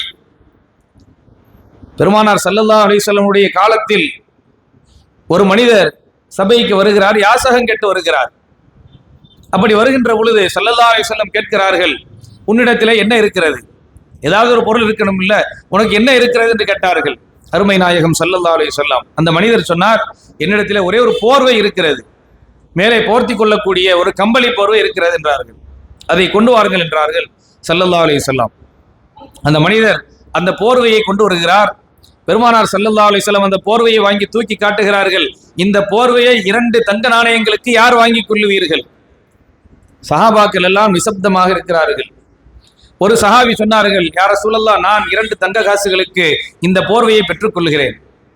ஸல்லல்லாஹு அலைஹி வஸல்லம் அவருடைய கைப்பட்ட அந்த பரக்கத்திற்காக வாங்கினார்கள். ஆனால் 2 தங்க காசுகளுக்கு பொறுமதியான போர்வை அல்ல அது. ஸல்லல்லாஹு அலைஹி வஸல்லம் அந்த மஜ்லிஸில் கேட்ட அந்த பெருமானார் ஸல்லல்லாஹு அலைஹி வஸல்லம் வார்த்தைக்காக வேண்டி ஒரு சஹாபி 2 தங்க காசுகளை கொடுத்து அந்த போர்வையை வாங்கி விட்டார்கள். பெருமானார் ஸல்லல்லாஹு அலைஹி வஸல்லம் யாசகம் கேட்ட அந்த மனிதரை அழைத்தார்கள். அந்த மனிதரை அழைத்து, இந்த 2 தங்க காசுகளை வைத்துக் கொள்ளுங்கள், இதில் ஒன்றை இன்றைய நாளைக்கான செலவுக்கு உங்களுடைய குடும்பத்தார்களுக்கு கொடுங்கள், அவர்களுக்கு உணவு சமைப்பதற்கு தேவையான பொருட்களை வாங்கி கொடுங்கள் என்று ஒரு தங்க காசுகளை கொடுத்தார்கள். 2வது ஒரு தங்க காசை கொடுக்கின்ற பொழுது சொன்னார்கள், நாளை நீ ஒரு கோடாரியை வாங்கி வர வேண்டும், ஒரு கோடாரியை நீ வாங்கி வா என்று அழைத்து விட்டார்கள் பெருமானார் ஸல்லல்லாஹு அலைஹி வஸல்லம். அந்த சஹாபி 2 தங்க நாணயங்களை பெற்றுக்கொண்டு ஸல்லல்லாஹு அலைஹி வஸல்லம் சொன்னதை போன்று மறுநாள் திரும்பி வருகிறார்கள். கோடாரியோடு வந்தார்கள். அருமை நாயகம் ஸல்லல்லாஹு அலைஹி வஸல்லம் தன்னுடைய முபாரக்கான கையினால் அந்த கோடாரிக்கு பிடியை சொருகி அந்த மனிதரிடத்திலே கொடுத்து சொன்னார்கள், நீ யாசகம் பெற்று சாப்பிடுவதை விட இது உனக்கு சிறந்தது. இந்த காடுகளில் இருக்கக்கூடிய விறகுகளை வெட்டி அதன் மூலம் உன்னுடைய வியாபாரத்தை பெருக்கிக் கொள், உன்னுடைய வருமானத்தை பெருக்கிக் கொள், இதுதான் உனக்கு சிறந்தது என்று சொன்னார்கள். நமக்கு மத்தியிலே எத்தனையோ பேர்கள் பொருளாதாரத்தில் நலிவுற்று இருக்கிறார்கள், ஏமாற்றக்கூடியவர்களும் இருக்கிறார்கள், அது வேறு. ஆனால் உண்மையில் உயர வேண்டும், உழைக்க வேண்டும் என்ற நல்லெண்ணம் கொண்டவர்களை இனங்கண்டு அவர்களுக்கு நாம் உதவ முன்வர வேண்டும். அல்லாஹ் திருமறையிலே சொல்லி காட்டுவான், சில மக்கள் இருக்கிறார்கள் இறைவனுடைய பாதையில் தடுக்கப்பட்டவர்கள், அவர்களால் சம்பாதிப்பதற்கு செல்ல முடியாது, இறை பாதையில் தடுக்கப்பட்டிருக்கிறார்கள். அவர்களை பார்த்தால் சில மனிதர்கள் எண்ணிக்கொள்வார்கள், இவர்கள் வறியவர்கள் அல்ல, மிக உயர்வான பணக்காரர்கள், வசதி படைத்தவர்கள். யஹ்சபுஹுமுல் ஜாஹிலு அக்னியா மினத் தஅஃஃபுஃப், அவருடைய பத்தினித்தனத்தின் காரணத்தினால், பிறரிடத்திலே யாசிப்பதற்கு வெட்கப்படக்கூடிய அந்த வெட்க உணர்வின் காரணத்தினால் அவர்களை யாராவது பார்த்தால் அவர்களை வசதியானவர் என்று எண்ணிக்கொள்வார்கள். ஏன் அப்படி எண்ணிக்கொள்கிறார்கள் என்றால், லா யஸ்அலூன அன்னாஸ இல்ஹாஃபா, மக்களிடத்திலே சென்று தாருங்கள் தாருங்கள் என்று மக்களை தொந்தரவு செய்ய மாட்டார்கள். அப்படிப்பட்ட நன்மக்கள் இருக்கிறார்கள், அவர்களை பார்த்து உதவி செய்யுங்கள் என்று அல்லாஹ் திருமறையிலே சொல்லி காட்டுகின்றார். நமக்கு மத்தியிலே பொருளாதாரத்திலும் சரி கல்வியிலும் சரி தாழ்ந்திருப்பவர்களுக்கு நம்மால் ஆன உதவியை கண்டிப்பாக செய்ய வேண்டும். இது இறைவனுடைய கட்டளை. அதே போன்று அருமை நாயகம் ஸல்லல்லாஹு அலைஹி வஸல்லம் அவர்கள் எந்த அளவுக்கு நீதியை நிலைநாட்டினார்கள். அருமை நாயகம் ஸல்லல்லாஹு அலைஹி வஸல்லம் காலத்தில் மஸ்ஜிது நபவி சாதாரண ஒரு பள்ளிவாசல், உலகத்தில் இருக்கக்கூடிய ஏதாவது ஒரு பள்ளிவாசலாக இருந்தாலுமே அந்த பள்ளிவாசலுடைய கண்ணியம் என்பது மிகப்பெரிய கண்ணியம். பள்ளிவாசலுக்குள் இருந்து உலக பேச்சுகள் பேசக்கூடாது, அதே போன்று பாவமான பேச்சுகளை பேசக்கூடாது, இப்படியெல்லாம் சட்டம் இருக்கிறது. அருமை நாயகம் ஸல்லல்லாஹு அலைஹி வஸல்லம் காலத்தில் ஒரு கிராமவாசி கிராம பகுதியிலிருந்து வருகிறார். இன்றைய காலகட்டத்திலேயே கிராமப்புறங்களில் இருப்பவர்களுக்கு அந்த அளவுக்கு படிப்பறிவு உலகறிவு இருப்பதில்லை. ஒரு 1400 ஆண்டுகளுக்கு முன்பு கிராமத்தில் காட்டுப்பகுதியில் வாழக்கூடியவருடைய அறிவு எப்படி இருக்கும் என்பதை நாம் எண்ணி பார்க்க வேண்டும். அப்படிப்பட்ட ஒரு மனிதர் மஸ்ஜிது நபவிக்கு வருகிறார். அருமை நாயகம் ஸல்லல்லாஹு அலைஹி வஸல்லம் சிலாகித்து கூறினார்கள், இந்த பள்ளியில் ஒரு வக்து தொழுதால் 50,000 நன்மை அதிகமாக கிடைக்கும் என்று சொன்னார்கள். அப்படிப்பட்ட மகோன்னதமான அந்த பள்ளிவாசலில் ஒரு கிராமவாசி வந்து சிறுநீர் கழிக்கிறார் பள்ளிவாசலுக்குள். சஹாபாக்களுக்கு கோபம் வந்து விட்டது. அந்த மனிதரை பார்த்து நிறுத்து என்று விரட்டுகிறார்கள். ஸல்லல்லாஹு அலைஹி வஸல்லம் பக்கத்தில் இருந்து சஹாபாக்களை பார்த்து சொன்னார்கள், நீங்கள் நிறுத்துங்கள், நீங்கள் அமைதியாக இருங்கள். அந்த மனிதர் அவருடைய செயலை முடிக்கும் வரை பெருமானார் ஸல்லல்லாஹு அலைஹி வஸல்லம் அவருக்கு அவகாசம் கொடுத்தார்கள். எப்படிப்பட்ட பள்ளிவாசல்? மஸ்ஜிது நபவி என்றால் பூலோக சொர்க்கம் இருக்கக்கூடிய பகுதி. அந்த பகுதியில் ஒரு மனிதர் சிறுநீர் கழித்த பொழுதும் கூட, அவர் மாற்று மதத்தை சார்ந்தவராக இருந்தாலும் கூட, அவர் சிறுநீர் கழித்து முடித்ததற்கு பிறகு அவரை அன்போடு அழைத்து சொன்னார்கள், அருமை நாயகம் ஸல்லல்லாஹு அலைஹி வஸல்லம், இது நாங்கள் தொழுகை செய்யக்கூடிய பகுதி, நாங்கள் இறைவனை நின்று வணங்கக்கூடிய புண்ணியமான பகுதி. இந்த இடத்தில் நின்று நீங்கள் சிறுநீர் எல்லாம் கடிக்க கூடாது, இதை நீங்கள் அசுத்தப்படுத்தக் கூடாது என்று மென்மையாக சொன்னார்கள். இன்று நாம் பார்க்கிறோம், சில பள்ளிவாசல்களில் நிர்வாகிகளாக இருப்பவர்கள் அந்த பள்ளிவாசலில் தொழ வருபவர்களை எப்படி விரட்டக்கூடிய சூழ்நிலையை பார்க்கிறோம். இன்னும் ஒருபடி மேலே சொல்ல வேண்டும் என்றால், அந்த பள்ளிவாசலில் இருக்கக்கூடிய இமாம் முஅத்தின்களை கூட விரட்டுகிறார்கள். எப்படிப்பட்ட மார்க்கத்தில் வந்திருக்கிறோம்? சமூக நீதியை சமத்துவத்தை நிலைநாட்ட வந்த ஸல்லல்லாஹு அலைஹி வஸல்லம் அவர்களை பின்பற்ற வந்த நாம் நம்முடைய அகீதாவை நிலைநாட்ட வேண்டும் என்றால் உலமாக்களை மதித்தால் தான் அகீதா. உலமாக்களுக்கு மரியாதை செய்யவில்லை என்றால் எந்த அகீதாவும் வளரப்போவதில்லை. ஷேக்னா முஹியுத்தீன் இப்னு அரபி ரலியல்லாஹு அன்ஹு சொல்லி காட்டுவார்கள், மா ஹுர்மத்து ஷைஹி இல்லா ஹுர்மத்துல்லாஹ். ஒரு பெரியவருக்கு செய்யக்கூடிய கண்ணியம் என்பது அது அல்லாஹ்வுக்கு செய்யக்கூடிய கண்ணியத்தில் இருந்து வந்தது. அல்லாஹ் திருமறையை சொல்லி காட்டுவான், யதுல்லாஹி ஃபௌக ஐதீஹிம். ஹுதைபியா உடன்படிக்கையை பற்றி அல்லாஹ் சிலாகித்து கூறுகின்ற பொழுது அவர்களுடைய கைக்கு மேலால் அல்லாஹ்வுடைய கை இருந்தது. அப்படி என்றால் இறைவனுடைய இதை போன்ற கை இருந்தது என்று அர்த்தம் இல்லை, இறைவனுடைய பாதுகாப்பு அங்கு இருந்தது. ஸல்லல்லாஹு அலைஹி வஸல்லம் சொல்லி காட்டினார்களே, யதுல்லாஹி அலல் ஜமாஅ, கூட்டமைப்பின் மீது இறைவனுடைய உதவி இருக்கிறது. யதுல்லாஹ் என்றால் இந்த இடத்திலே நேரடியான பொருள் கொள்ளக்கூடாது. அதே போன்றுதான் இறைவனுடைய உதவி வேண்டுமென்றால் நம்மை சார்ந்திருக்கக்கூடிய பெரியோர்களை மதிக்க வேண்டும். அது அல்லாஹ்வுக்கு செய்யக்கூடிய கண்ணியத்தில் கட்டுப்பட்டது. இறைவனை நாம் மதிக்கிறோம் என்று சொன்னால் பெரியார்களை மதிக்க வேண்டும் என்று அல்லிமா முஹியுத்தீன் இப்னு அரபி ரலியல்லாஹு அன்ஹு சொல்லி காட்டுகிறார்கள். எனவே ஒரு மனிதர்களிடத்திலே நாம் ஒரு தவறை சுட்டிக்காட்டுவதாக இருந்தாலும் அதற்கும் ஒரு முறை இருக்கிறது. அவர்களுடைய மரியாதையை குறைத்து வா போ என்று பேசக்கூடிய சூழலை மாற்றிக்கொள்ள வேண்டும். அது எவ்வளவு பெரிய ஆளாக இருந்தாலும் சரி, நாம் ஒருவருக்கு கண்ணியத்தை கொடுக்கின்ற பொழுதுதான் அந்த கண்ணியம் மீண்டும் நமக்கு வரும். நாம் ஒருவரை அவமதித்தோம் என்று சொன்னால் அதே அவமதிப்பை இறைவன் நம்பக்கம் சாட்டி விடுவான். எந்த நிலையிலும் சரி, நம்மை சார்ந்தவர்களாக இருந்தாலும் சரி, புதிதாக நாம் பார்க்கக்கூடியவர்களையும் ஹக்காரத்தாக கேவலமாக மட்டமாக நினைக்க கூடாது. ஒரே வார்த்தையில் சொல்வதென்றால் சமத்துவம் சமநீதி என்று சொன்னால், ஸல்லல்லாஹு அலைஹி வஸல்லம் நிலைநாட்டினார்கள் என்று சொன்னால், நாம் ஒரே வார்த்தையை புரிந்து கொள்ள வேண்டும். பிறர் நம் மீது என்னவெல்லாம் செய்ய வேண்டும் என்று நாம் விரும்புகிறோமோ அதைத்தான் பிறருக்கு நாம் செய்ய வேண்டும். பிறர் நம்மிடத்தில் எதை செய்யக்கூடாது என்று நாம் விரும்புகிறோமோ அதை நாம் பிறருக்கு செய்யக்கூடாது. இப்படி இருந்தால்தான் உண்மையான சமத்துவம், சகோதரத்துவம் வளரும். நாம் நம்மை பிறர் கண்ணியப்படுத்த வேண்டும் என்று ஆசைப்படுகின்றதை போன்று நாம் பிறருக்கு கண்ணியத்தை கொடுக்க வேண்டும். அதைத்தான் அல்லாஹ் சொல்லுகின்றான், இன்ன அக்ரமக்கும் இந்தல்லாஹி அத்தகாக்கும். உங்களில் யார் மிகவும் சங்கையானவர் என்றால், யாருக்கு அதிகமான தக்குவா இருக்கிறதோ அவர்தான். அறிவு பெற்றவர், செல்வம் பெற்றவர் எல்லாம் இறைவனிடத்தில் சங்கையாகிவிட முடியாது. கண்மணி நாயகம் ஸல்லல்லாஹு அலைஹி வஸல்லம் சொல்லி காட்டினார்களே, ஹஜ்ஜத்துல் விதா, கடைசி ஹஜ்ஜிலே அருமை நாயகம் ஸல்லல்லாஹு அலைஹி வஸல்லம் 1,00,000 சஹாபாக்களுக்கு மத்தியில் நின்று உரை நிகழ்த்துகிற பொழுது சொன்னார்கள், ஒரு அரபியை விட அரபி அல்லாதவர் உயர்ந்தவர் அல்ல, ஒரு அரபி அல்லாதவரை விட ஒரு அரபி எந்த விதத்திலும் உயர்ந்தவர் அல்ல, இல்லா பி தக்குவல்லா, தக்குவாவை கொண்டே தவிர யாருக்கும் உயர்வு தாழ்வு இல்லை, எல்லாரும் சமமானவர்களே என்று அருமை நாயகம் ஸல்லல்லாஹு அலைஹி வஸல்லம் அவர்கள் உரக்கச் சொன்னார்கள். அந்த ஹதீஸை வாழையடி வாழையாக சஹாபா பெருமக்கள் நம் வரை கொண்டு தந்திருக்கிறார்கள். அந்த ஹதீஸை நம்முடைய உள்ளத்தில் இருத்தி எல்லா நிலையிலும் சமத்துவத்தை பேண வேண்டும். மையவாடியாக இருந்தாலும் சமத்துவத்தை பேண வேண்டும், பள்ளிவாசல்களாக இருந்தாலும் சமத்துவத்தை பேண வேண்டும். அதிலும் குறிப்பாக யார் இல்மு பெற்றவராக இருக்கிறார்களோ, அல்லாஹ்வால் சியாகித்து கூறப்பட்ட யர்ஃபஇல்லாஹுல்லதீன ஆமனூ மின்கும் வல்லதீன ஊத்துல் இல்ம தரஜாத், உங்களில் யாருக்கு அல்லாஹ் கல்வி ஞானத்தை கொடுத்திருக்கிறானோ, அதே போன்று யார் ஈமான் கொண்டாரோ, கல்வி ஞானம் கொடுக்கப்பட்டாரோ, அவருடைய தரஜாத்துகள் உயர்த்தப்பட்டிருக்கிறது.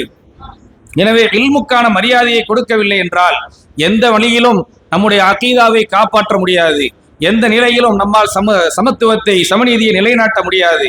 எனவே எல்லா நிலையிலும் எல்லோரையும் மதித்து நடக்கக்கூடிய நல்ல பக்குவத்தை வளர்த்து கொள்ள வேண்டும். அதை நம்முடைய பிள்ளைகளுக்கு கற்றுக் கொடுக்கவும் வேண்டும். பெருமானார் ஸல்லல்லாஹு அலைஹி வஸல்லம் அவர்களுடைய வழிமுறைகளை இன்றைய தினத்தில், அதுவும் குறிப்பாக அவர்கள் பிறந்த இந்த மீலாது ஷரீஃபான இந்த தினத்தில் நூறுன் அலா நூர் என்று சொல்வார்களே, ஒளிக்கு மேல் ஒளி. எப்படி நம்முடைய ஷேக் நாயகனுடைய தர்பாரில் அவர்களுடைய நினைவு தினத்தை முன்னிட்டு நாம் செய்யக்கூடிய இந்த உபதேசம் பெருமானார் ஸல்லல்லாஹு அலைஹி வஸல்லமுடைய பிறந்த தினமும் ஒன்றாக வந்திருக்கிறது. எனவே இந்த புண்ணியமான தினத்தில் நம்முடைய உள்ளத்தில் இது போன்ற அழுக்குகள் இருந்தால் இத்தோடு அதை நீக்கி கொண்டு நல்லறங்களை வளர்த்துக் கொள்வதற்கான வாய்ப்புகளை ஏற்படுத்தி கொள்ள வேண்டும். நம்மை சார்ந்தவர்களை மதித்து அவர்களுடைய இன்னல்களை போக்கி அவர்களுக்கு உதவக்கூடிய மனப்பக்குவத்தை வளர்த்து கொள்ள வேண்டும். அப்படிப்பட்ட நல்ல நசீபை இங்கு வந்திருக்கக்கூடிய நம் யாவருக்கும், இங்கு கலந்து கொள்ளாத திரையிலிருந்து கேட்டுக்கொண்டிருக்கக்கூடிய நம்மவர்களுக்கும், நம்மை சாராதவர்கள் அனைவர்களுக்கும் கொடுத்து ஈருலக சௌபாக்கியங்களை நிறைவாக எல்லாம் உள்ள அல்லாஹ் நம் யாவருக்கும் தந்தருள் வாலிப்பானாக. வஆகிரு தஅவானா அனில் ஹம்துலில்லாஹி ரப்பில் ஆலமீன். வஸ்ஸலாமு அலைக்கும் வரஹ்மத்துல்லாஹி வபரகாத்துஹு.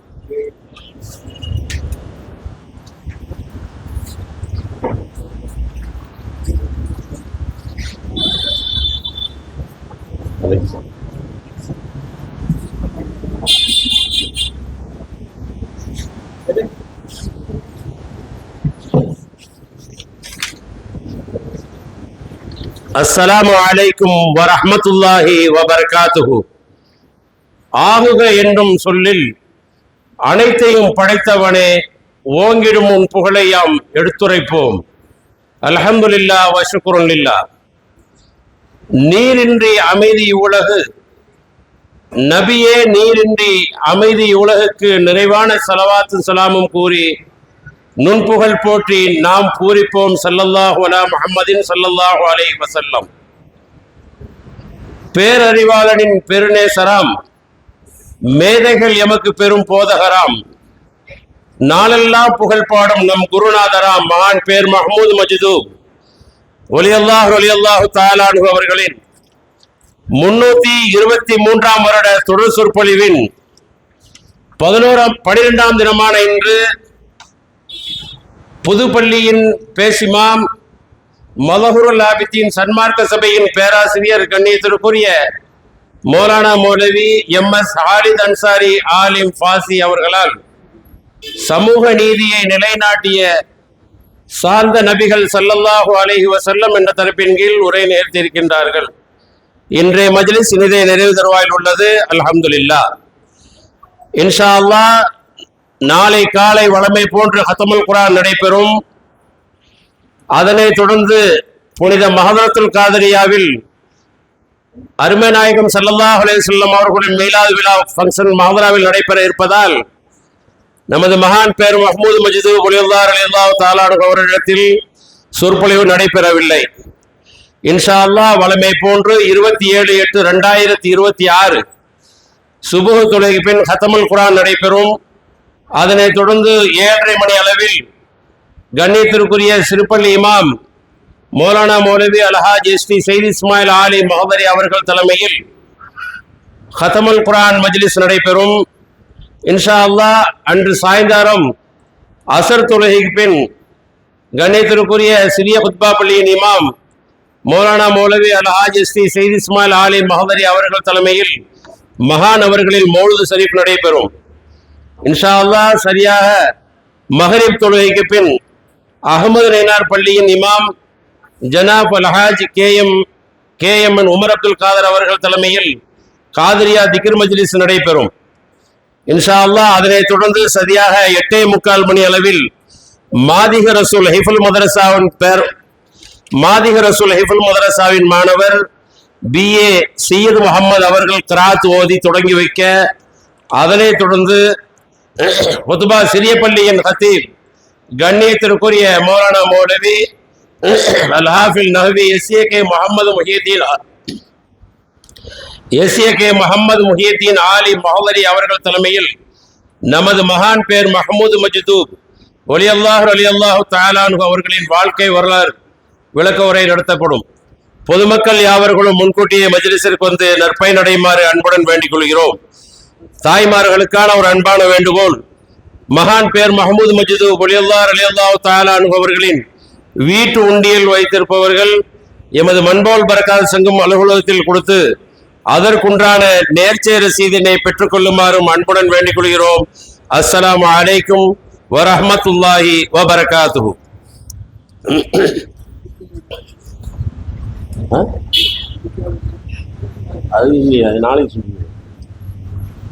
அஸ்ஸலாமு அலைக்கும் வரஹ்மத்துல்லாஹி வபரகாத்துஹு. மரண அறிவிப்பு. சதுக்கை தெருவை சேர்ந்த ஹாஜா பழம்பாக்கு PM ஜைனப் நாச்சி அவர்கள் இன்று மகரிபுக்கு பிறகு தாருல் பனாவை விட்டும் தாருல் பக்கா அளவில் சேர்ந்து விட்டார்கள். இன்னா லில்லாஹி வ இன்னா இலைஹி ராஜிஊன். அன்னார் மர்ஹூம் பழம்பாக்கு MM மஹமூத் அவர்களின் மகளும், மர்ஹூம் BM சையது லுக்மான் மௌலானா அவர்களின் மருமகளும், மர்ஹூம் ஹாஜி SL உசைர் மௌலானா அவர்களின் மனைவியும், மர்ஹூம் பழம்பாக்கு ஜக்கரியா, மர்ஹூம் KV சையத் அப்துல் ரஹ்மான் ஆகியோரின் சகோதரர் மகளும், மர்ஹூம் PM முஹதும் அப்துல் காதிர், மர்ஹூம் ஹாஜி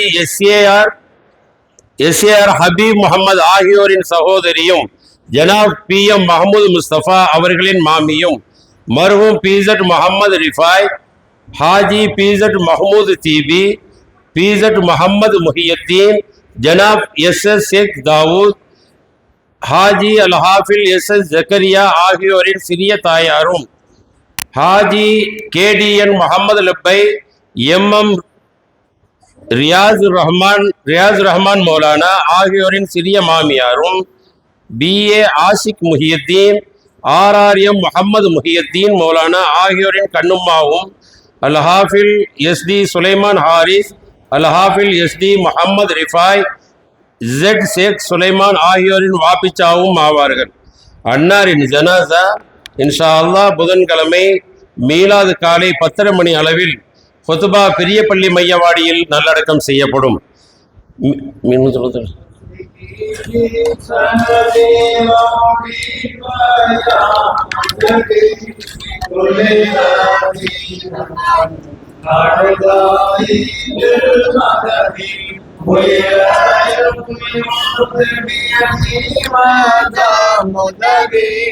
خليفة الله فينا محي الدين يا سيدي سندي قولي ويا مددي كل الأخيرا على الله دائم بالمدد مجرى يرضي وخذ بيدي مدى مدد خليفة الله فينا محيي الدين يا سيدي سندي غوثي ويا مددي كل ظفيرا على الله دائم بالمدد مجرى يرضي وخذ بيدي مدى مدد خليفة الله فينا محيي الدين ووداني من مريدين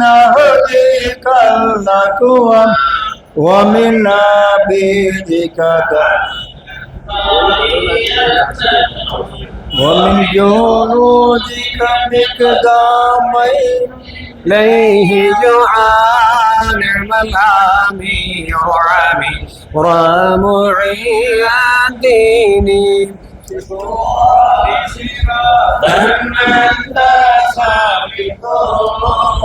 الله اعتقه بعد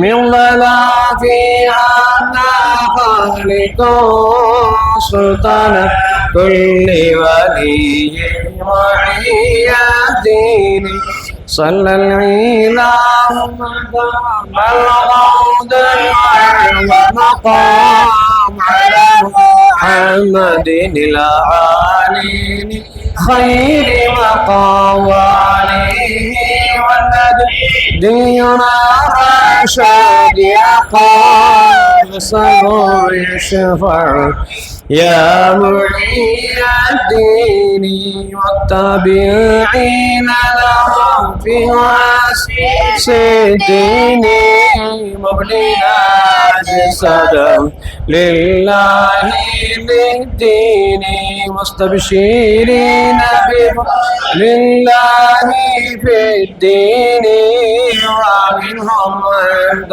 الصورة لمعي الدين الحمد لله حمدا دائما أبدا والحمد لله دام الحمد لله الحمد لله رب العالمين على ما كان ينحمني الحمد لله مولاي صل وسلم دائما ابدا على حبيبك خير الخلق كلهم.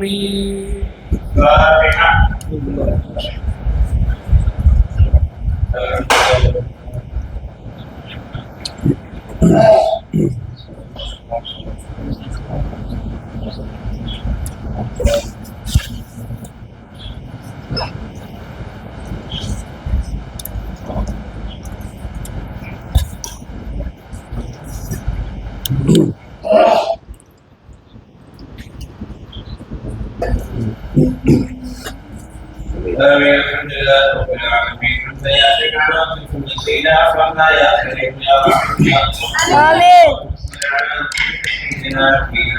حبيبنا مولانا محمد وعلى اله وصحبه وسلم عليه. اللهم انا نتوسل اليك بجاه نبينا محمد صلى الله عليه وسلم. اللهم اصل ما قرأنا من كلامك العزيز هذه واصلة رحمة نازلة بركة شاملة تحفة كاملة منا إلى روح سيدنا محمد النبي صلى الله عليه وسلم خاصة ثم إلى روح شيخنا قطب الأقطاب محي الدين عبد القادر الجيلاني قدس الله سر العزيز ثم إلى روح شيخنا بير محمود مجذوب أولي الله رضي الله تعالى عنه ثم إلى روح شيخنا سليمان أولي الله رضي الله تعالى عنه. اللهم عزا وشرفا برحمتك يا أرحم الراحمين. اللهم إنا نسألك علما نافعا قلبا منورا وتوفيقا إحسانا وصبرا جميلا وبدنا صابرا ولسانا ذاكرا وسعيا مشكورا وذنبا مغفورا برحمتك يا أرحم الراحمين. اللهم ارزقنا حج بيتك الحرم وزيارة روضة الشريف نبينا محمد صلى الله عليه عليه وسلم. اللهم اجعل آخر كلامنا بقول شهادة لا إله إلا الله وأن محمدا رسول الله. ربنا هب لنا من أزواجنا ذرياتنا قرة أعين واجعلنا للمتقين إماما. ربنا آتنا في الدنيا حسنة وفي الآخرة حسنة وقنا عذاب النار. ربنا رب ارحمهما كما ربياني صغيرا. صلى الله على سيدنا نبينا شفينا حبيبنا مولانا محمد وعلى آله وصحبه وبارك وسلم عليه. سبحان ربك رب العزة عما يصفون سلام على المرسلين والحمد لله رب العالمين. سبحان ربك رب العزة عما يصفون سلام على المرسلين والحمد لله رب العالمين. آمين آمين آمين بفضل سبحان ربك رب العزة عما يصفون وسلام على المرسلين والحمد لله رب العالمين. وعلى محمد صلى الله عليه وسلم. صلى الله على محمد صلى الله عليه